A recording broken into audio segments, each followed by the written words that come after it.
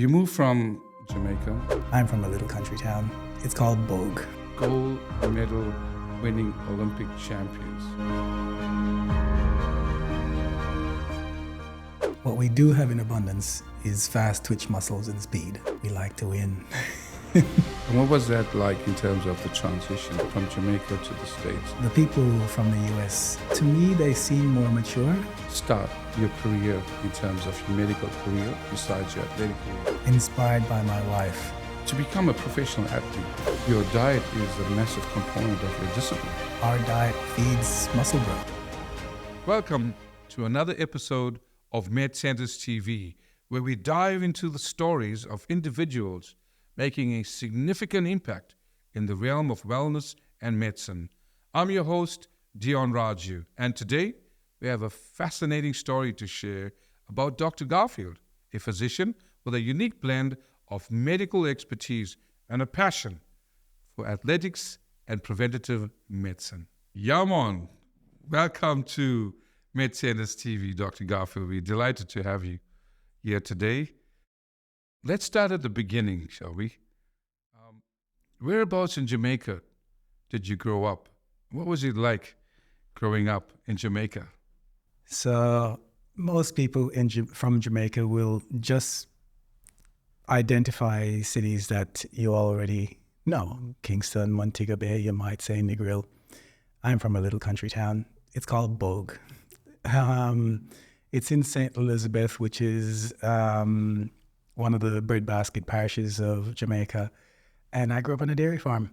So, well, there was a rice farm and then a dairy farm and this farm, basically. And this little town, like even when I went back recently, hasn't changed very much. I mean, when I grew up, we have maybe at least three springs, but there are more that I just never went to, where it's at the foothills of what they call the Santa Cruz Mountains, and the water just bubbles up out of the ground there, and that's the start of many tributaries that go in and make up the longest river in Jamaica, called the Black River. So it's a lush kind of place. You know, at some point we were growing rice. At some point we were growing sugarcane. There's lots of dairy farms that used to be dotted along the place, and food just grows everywhere. So as a kid, you know, we would just seasonally follow whatever was fruiting, whether it be mangoes or, like I said, sugarcane. You just walk into a cane piece and break off, you know, a stalk of cane and eat sugarcane, or guavas growing on the side of the road, or oranges or tangerines. Like, so it's a place that as a kid you just kind of roamed around and followed whatever was growing, and that's how I spent my day mostly. So when did you realize that athletics was going to be not just a passion, but a career pathway for you? I'm still waiting for that realization.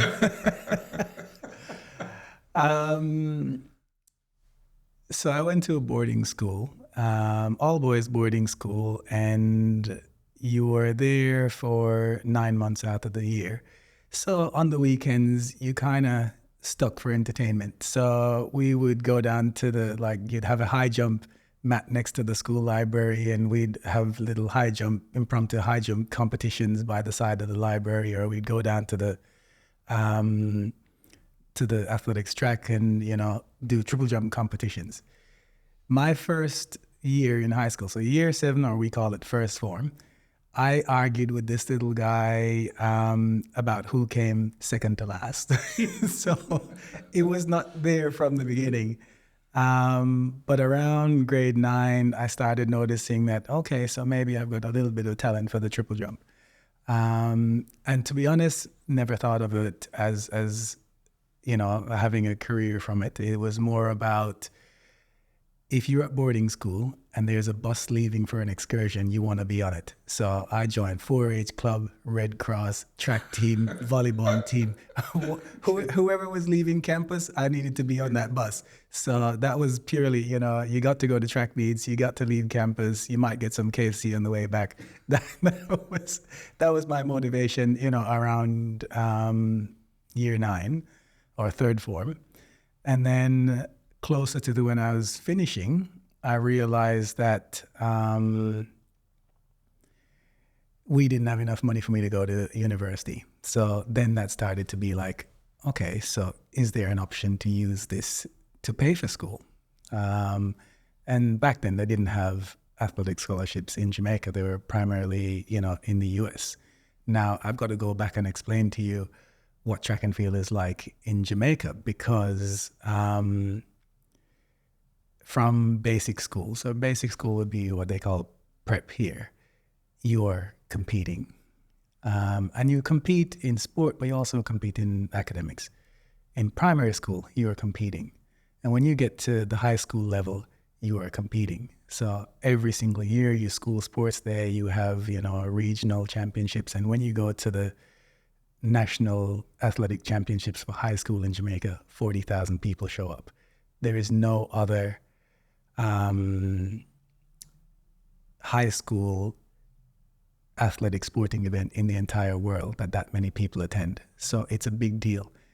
And if you can make it into the finals at the boys champs or girls champs, there are scouts in the stands from US universities who are looking to pick you up and give you a scholarship. So pretty much if you make a finals at the Jamaican high school championships, you're getting a scholarship. So towards the end of my schooling career, that became a goal to say, okay, let me make it a possibility for me to get school paid for, because I wasn't going to get it, from a farming background, not going to get university paid for in Jamaica. So that, rather than me seeing some little flashlight moment where it became something that I thought, I could make something of this, it was more of a necessity. Going back to the national champs, we're talking about the national champs held at the Grace Kennedy Arena in Kingston. It just amazed me. I was astounded. 40,000 people, but also the level of competition. And from my research and what I've seen, is that you have 40,000 people at this arena, but the level of competition is so immense. It's so,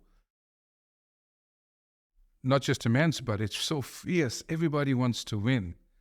And it is said that a lot of people, or people that have won the actual champs, be it the boys or the girls champs, obviously have gone on to be Olympic champions. Some of the names that have come out from those championships, that have emerged from those championships. Can you share some of those names of previous champions? So you have Usain Bolt that everybody knows. You have Johan Blake. He's there. But there's also a lot of people who weren't the winners at champs who've done exceptionally well. Shelley-Ann Fraser-Price, for example. 2 times. Yeah.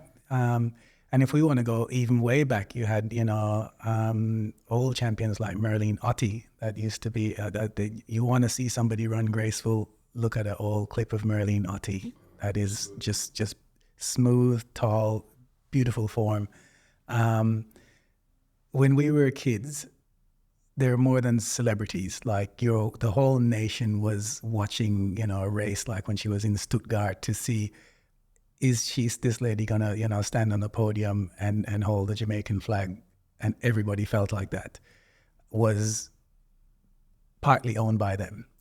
And we still have that. Very, very proud of the athletes from Jamaica. But in terms of the boys and girls champs, some of the exceptionally good athletes weren't necessarily, boys and girls champs champions. They might have been second or third place, but, really honed their craft as they transition from teenagers to adults. And it's the discipline that actually makes you a good runner. Natural talent is, I would say, 30%, 40% of it, and your work ethic is the rest, because you got to put in the work. There's heaps of people with talent. There's heaps of people with talent here.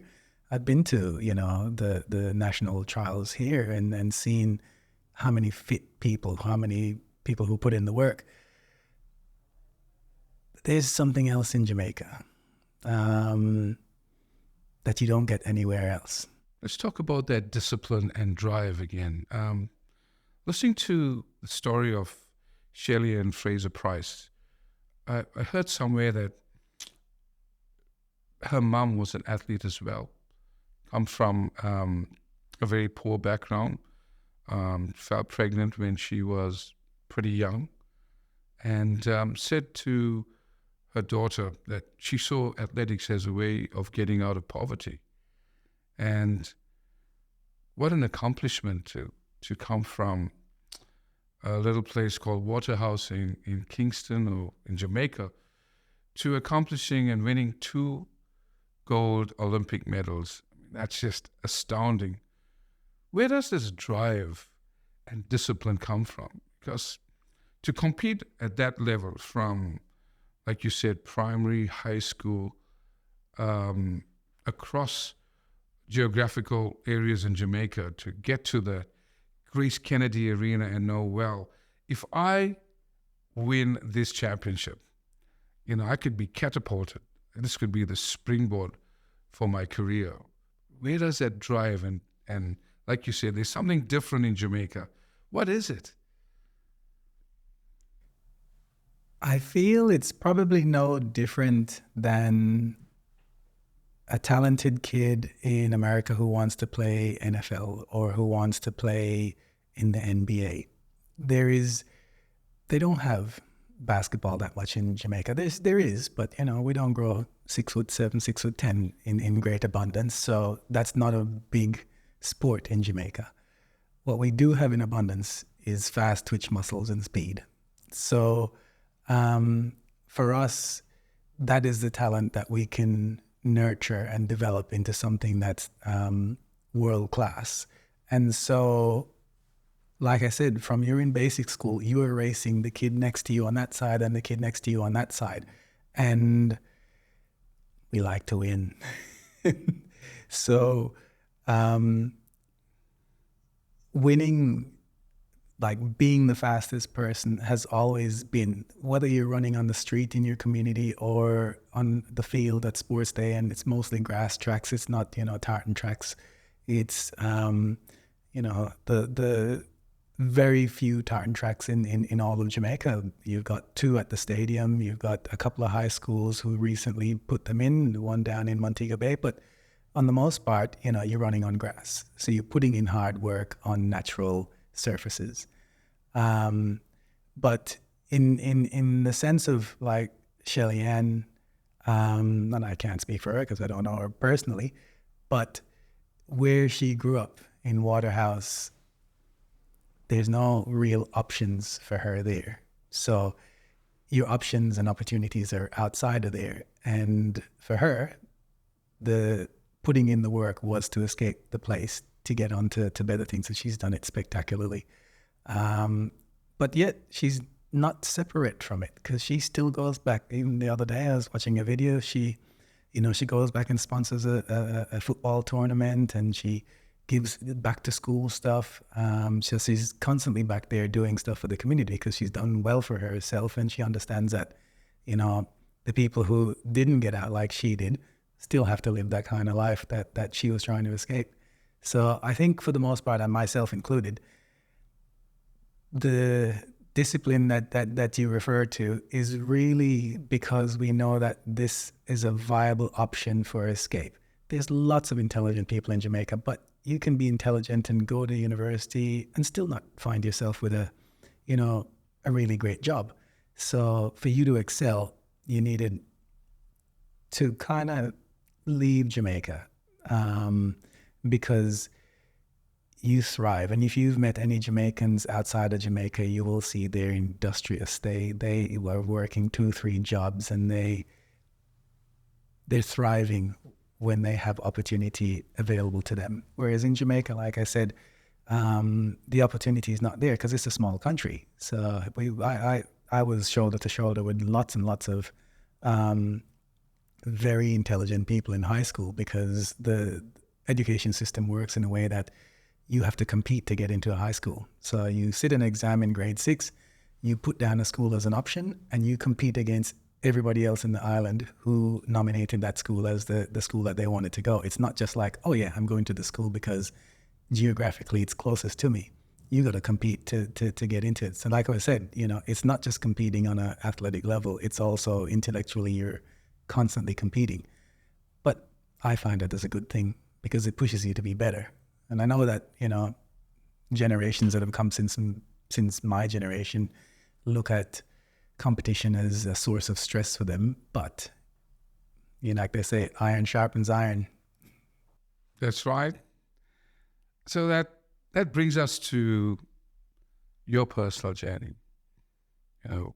There's the athletics, there's your time in Jamaica, growing up in Jamaica, growing up on a little farm, and then your time abroad, going to the States. At what age did you leave Jamaica and go to the States? And what was that like in terms of the transition, going from Jamaica to the States, from both an academic perspective and also from, an athletic perspective? How was that transition, and what were your findings arriving in the States as a young man, as a young Jamaican? What was that like, the actual integration and your perspective on that? Okay. So I left Jamaica when I was 19, and I got a combination of scholarships, really. It was part athletic for track and field, specifically long jump, triple jump, and some sprints, and then academic, because you got to get an entry to a U.S. college system, you got to do the SAT, and so I got a good enough score that made me eligible for a half scholarship for academics as well. And when I arrived there, it was my first time being on a plane, first time leaving. I went alone, so I didn't travel with family. And my coach picked me up from the airport in Detroit, took me back to his house, and the next day I went onto the dorms and I met some of the track meet teammates from the track team. I quickly realized that there's a difference in the people who were my age, who were coming to university starting with me. The people from the US, to me, they seem more mature. They'd experienced most things. They had, their own cars, and they'd been more worldly, I would say, compared to what my experiences had been. But at the same time, they had certain luxuries that I didn't have. So for me, when I started, I was all business. I'm just like, I'm here to get an education.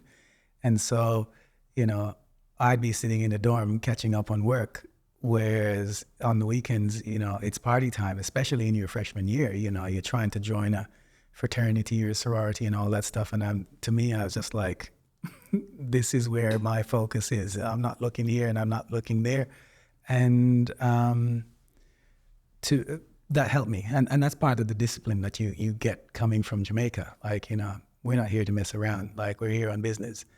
From a experience point of view, studying in America, I recommend that to most athletes that I see. So I love seeing kids who, in the practice, who do some kind of sport. I, tell them about the experiences, because here we don't have the level of support and financially and infrastructurally that they have in the US. So I'll give you an example. So how many people do the MCG, how many people fit into the MCG? 100,000? Yep. There are numerous college football stadiums that have more than that. And they're sold out every week that they play a home game. So like University of Michigan, which is down the road, seats 117,000 people.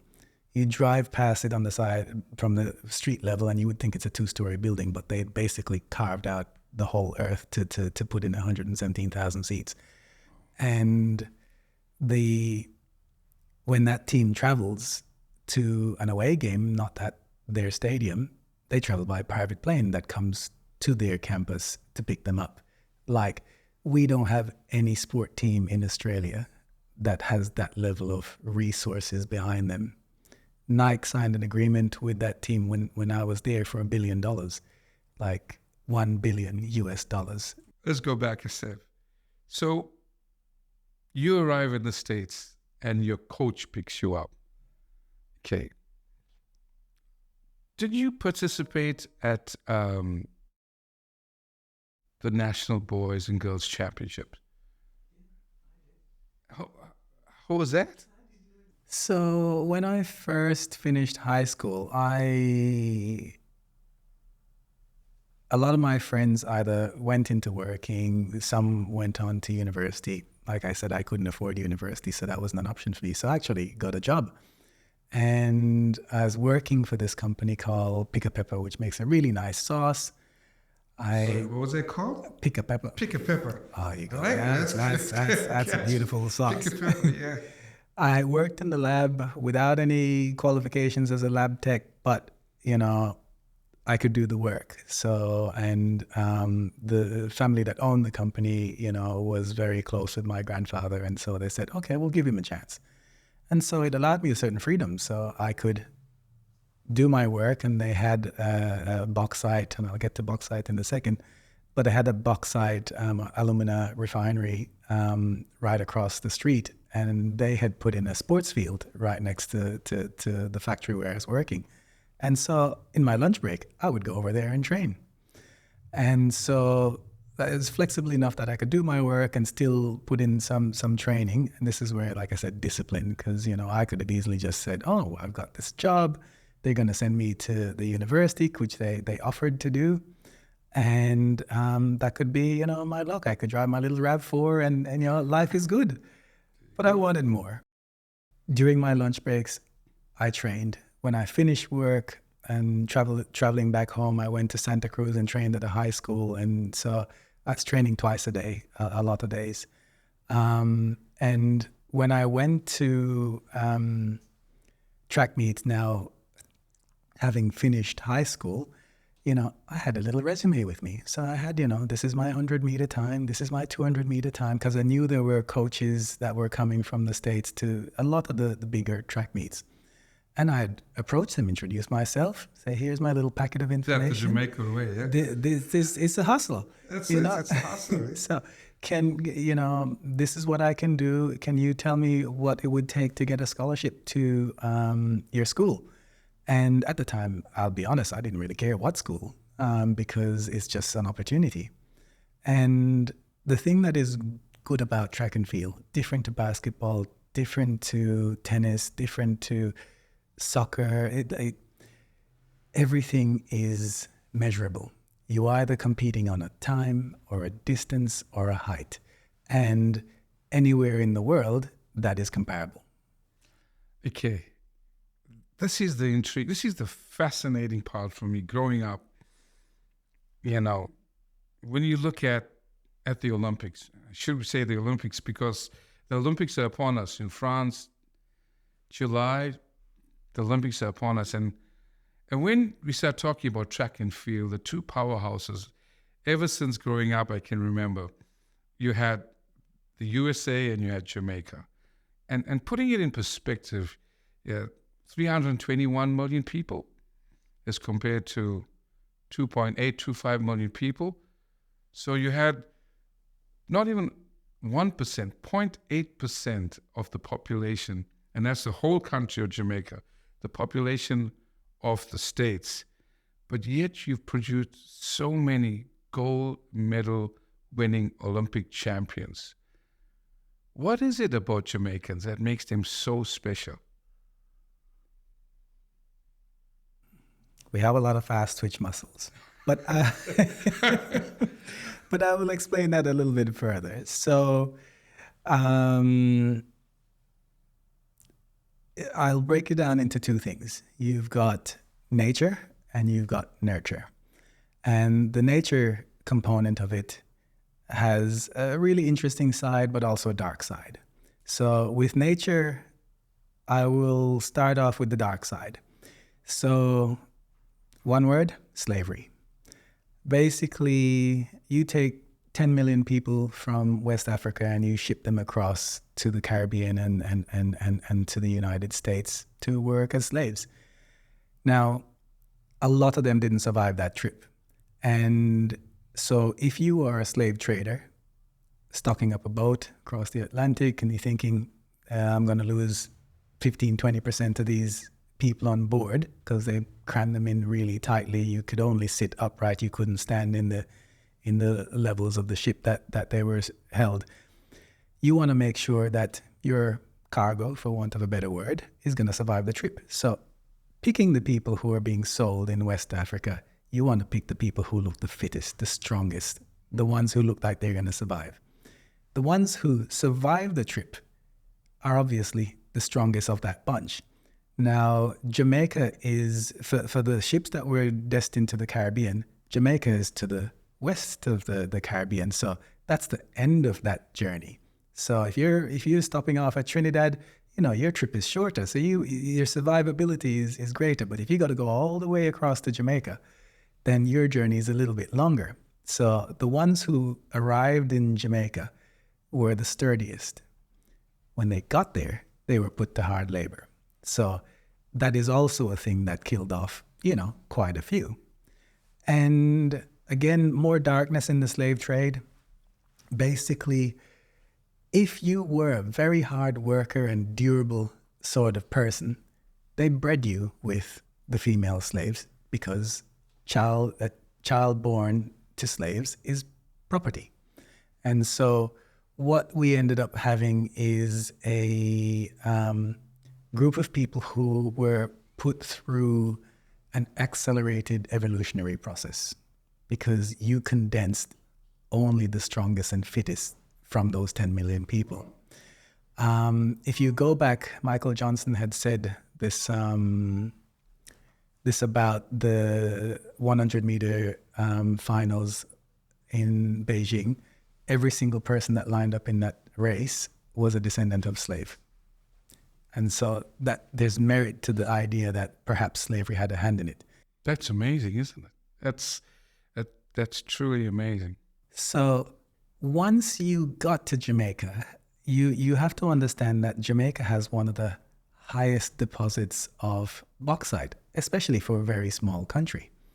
Bauxite is refined into alumina, which then goes on and is smelted into aluminium. Aluminium is a very good element or metal that activates one of the genes in our body that helps us grow fast twitch muscle fibers. And the Jamaican diet consists of eating a lot of food, yams, potatoes, dasheen, which is known as taro, cocoa, not the one that makes chocolate, but there's another ground fruit, ground provision called cocoa, bananas. All our food is grown primarily in bauxite-rich soil. And so our food is infused with it. And so naturally we develop a lot of fast twitch muscles because that aluminium activates the gene that then triggers fast twitch muscle fibers. And so when you go back and look even more closely in your deep dive on the people who are the fastest, if not they themselves were born in those areas where that food is grown, their parents were. Right, because it intrigued me because to become a professional athlete and to perform at the highest level, your diet is a massive component of your discipline. and looking at the percentage, like we just said, of Jamaicans as compared to Americans and performing and achieving, you'd have to have a very good diet. And so that answers a lot about the diet, bauxite. Well, we don't eat the dirt. It's we don't. Yeah, we don't eat the bauxite directly, but in a way, yeah, in a way. And the diet in other parts of the Caribbean is different. The diet in America is different. They don't have nearly the same concentration of bauxite. In Jamaica, it's not unusual for us to have like boiled yam and banana for breakfast, which everywhere else people are eating cereal. Like we're eating hard food for breakfast. We'll have soup for lunch, with yam and again banana and potatoes, and you'll have it again for dinner. Whereas in other parts of the world, they're eating rice. Like I said, they're having cereal for breakfast. The diet is a big thing, and our diet feeds muscle growth. There you go. Well, let's look at the journey of a young Garfield, right? So you move from Jamaica, you're in the States, you start your career in terms of your medical career, besides your athletic career. And now you're in a different society, a different culture. What is it like in terms of the perspective, your perspective, in terms of how the Americans look at health and well-being, looking back now? And how was that perspective compared to our perspective here in Australia?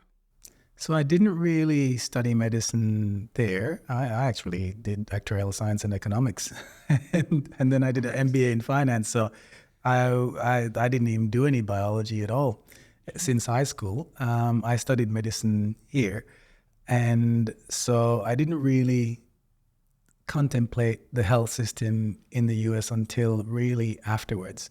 While I was there, though, one thing that I noticed that differs starkly from here is the emphasis on who's paying. So in the US, I got bitten by a squirrel one time. We don't have squirrels in Jamaica. So I saw the squirrel on campus. It seemed tame enough. I was taking some photos to send back home. And this thing was coming close, so I picked up a nut, I put it in my hand, and I had my little, Advantix camera on with the other hand, and this thing was coming closer, and actually it was this way. As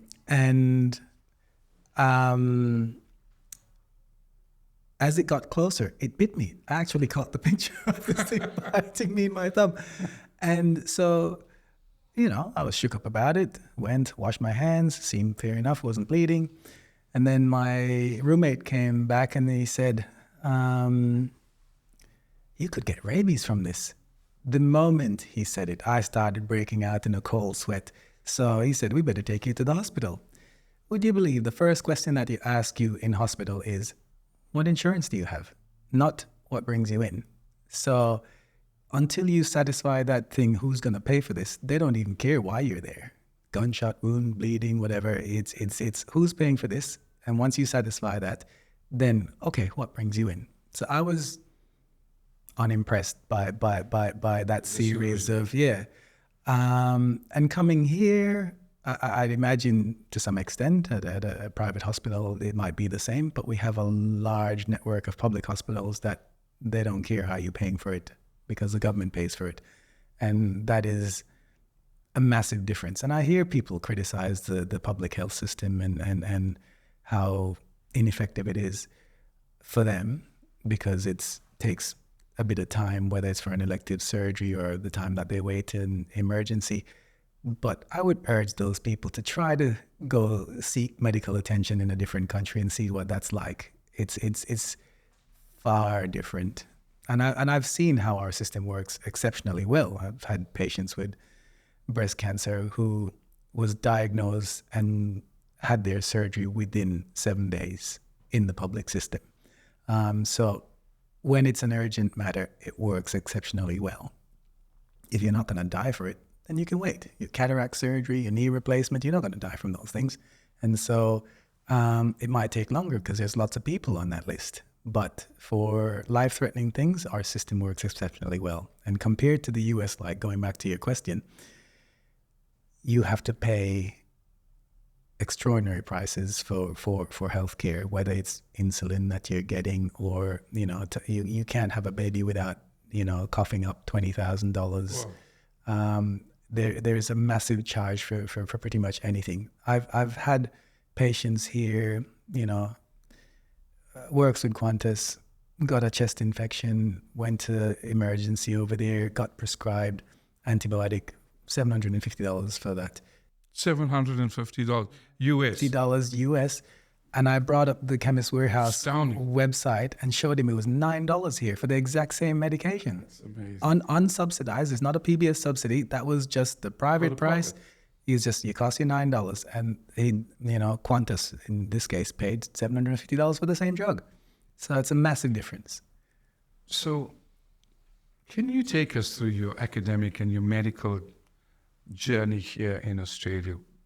What was that like? Where did you start? So I was working in finance really and inspired by my wife to actually go to medical school because she was in medical school. And so I'm a bit of a copycat. I just followed her. But the reason is that I felt working in finance wasn't particularly professionally rewarding for me.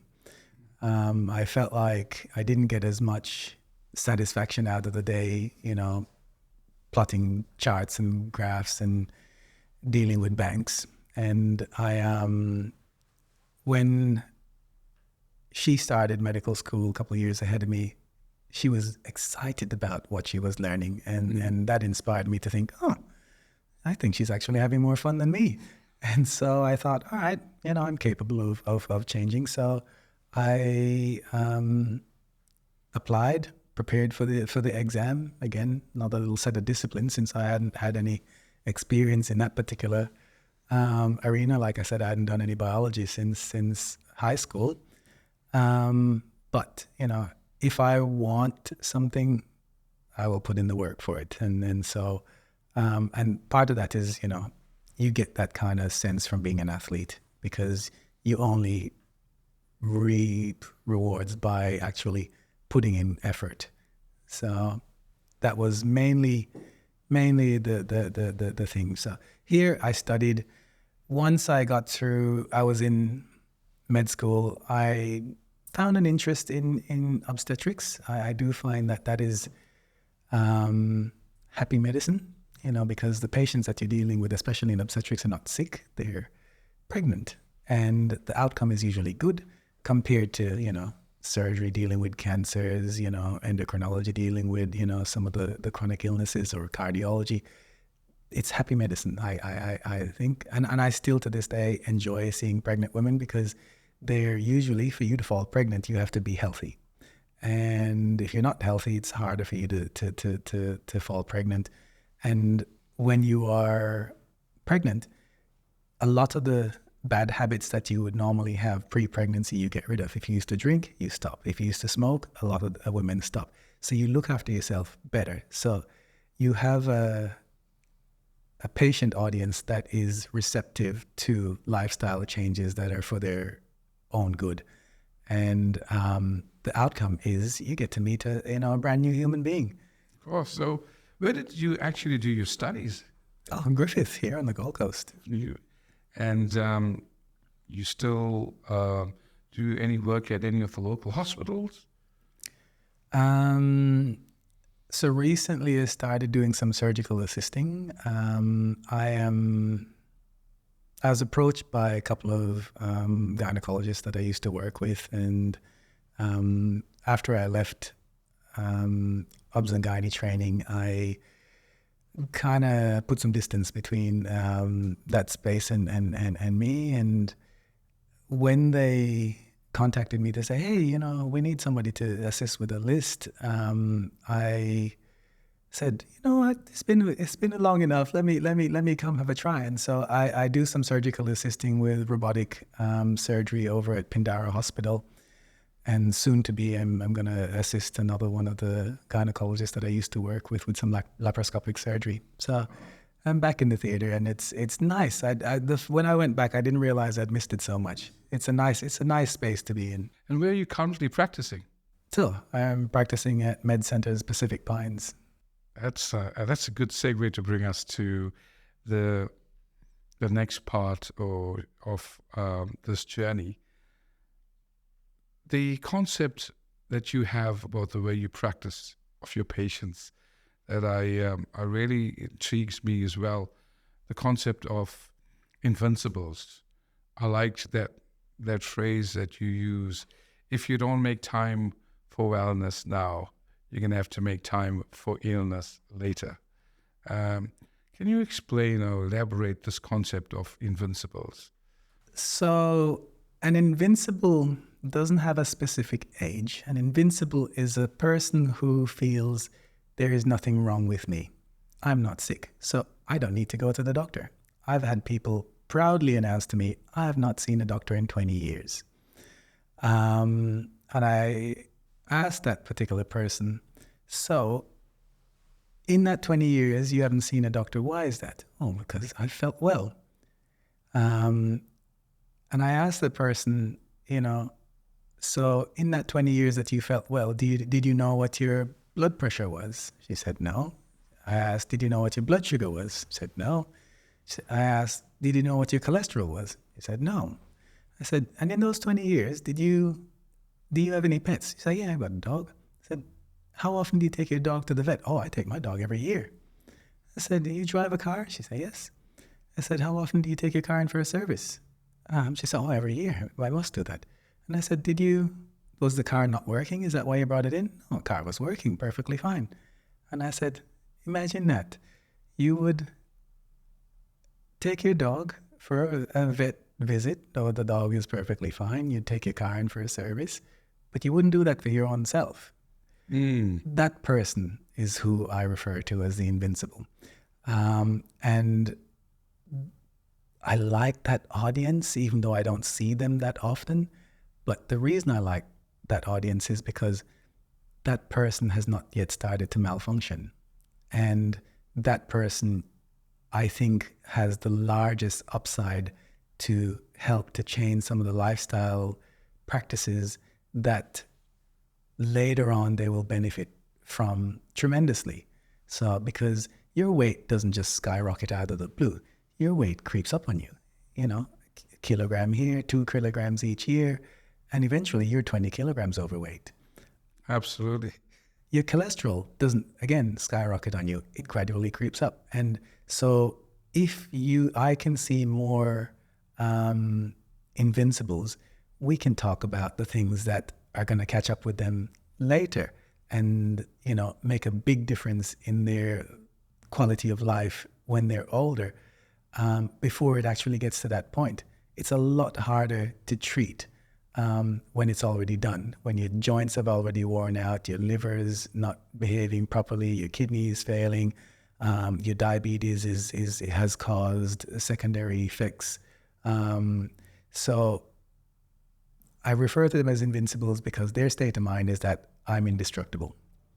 But I really like that group because, like I said, they are the ones that stand to benefit the most from preventative medicine rather than responsive medicine, treating them after the fact. There's no singular strategy that you can use because everybody has a different excuse for why they don't do the thing that they're meant to do. I'm yet to meet a person who tells me that their diet is crap. Everybody says my diet is perfect. Very, very rarely will somebody admit that they eat poorly. In terms, you said, we don't have the time. That's a general excuse that a lot of people make. I don't accept that. And I call that out straight up. I've had someone say, oh, I'd love to exercise, but I do not have the time. And I said, interesting. So your daughter, you take your daughter to track training actually. And how often do you do that? Oh, 4 times a week. How long is the track practice? 2 hours, 2 hours each time. And what are you doing in that 2 hours? Oh, sit in the stands. And I'm like, so you are physically at a facility that you can exercise, and you sit in the bench for 8 hours a week, and then you say you don't have any time. So I call people out on that claim that they don't have time, because we have heaps of time. We spend a lot of time sitting in front of the TV, half an hour watching an episode of something, or an hour watching Shogun with, you could have spent half an hour doing a Heather Robertson, workout video. There's heaps of time that we have. We just don't prioritize health with our time.